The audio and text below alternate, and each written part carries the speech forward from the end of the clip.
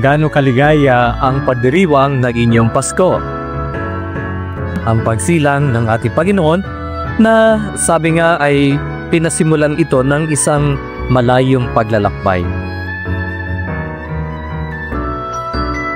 Kung titingnan po natin sa ating pong buhay, sa ating din pong paglalakbay, kalinsabay ng paglalakbay ng mahal na Birheng Maria ni San Jose, ni Jesus na nasa sitapupunan, sila rin po ay naghahanap ng matutuluyan.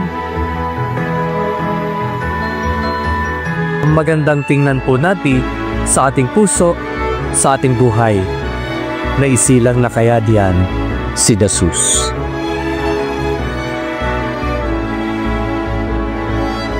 Naisilang na ba? Handa na ba talaga ang puso natin this Christmas? Ano nga ba tayo naghanda? Sa yugtong ito ng ating pong pagdiriwang, hinahangad na makita po natin na ang Paskong ito, ang pagdiriwang ng Pasko, ay katuparan ng pangako ng Diyos.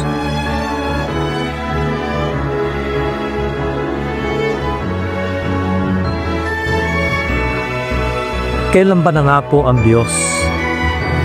Kasi kung babalikan po natin ang aklat ng Genesis in chapter 3, verse 15, na kung saan bahagi po niyan ang pangako ibinibigay, ipinahayag ng ating Panginoon para sa isang tagapagligtas.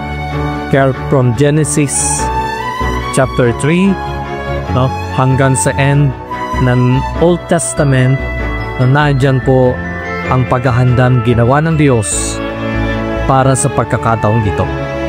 Kaya ngayon ay katuparan ng biyaya ng Diyos, katuparan ng pangako ng Panginoon, ang kaligtasan para sa ating lahat.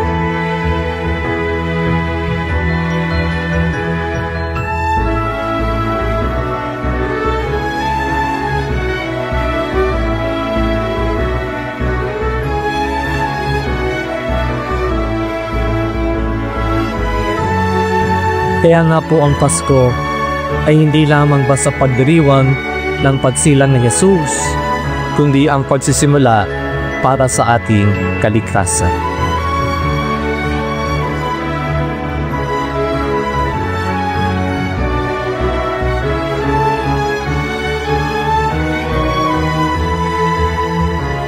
Ngayon, sa pagsasakatuparan ng pangakong ito ng ating Panginoon, hinahangad at panalangin na ako, kayo, tayong lahat ay maging tunay na daluyan ng biyaya at pagpapala ng ating Panginoon upang tunay ng Christmas will be really merry.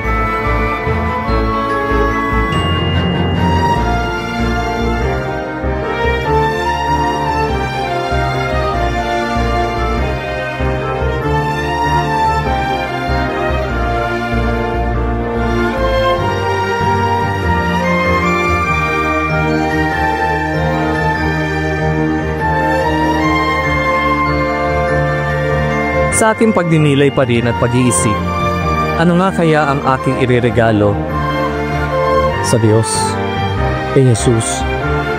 Oras na para buksan pinto ng puso natin isipan upang maging buhay na sabsaban sa pagsilang ng poong mahal. Maligayang Pasko sa inyo pong lahat.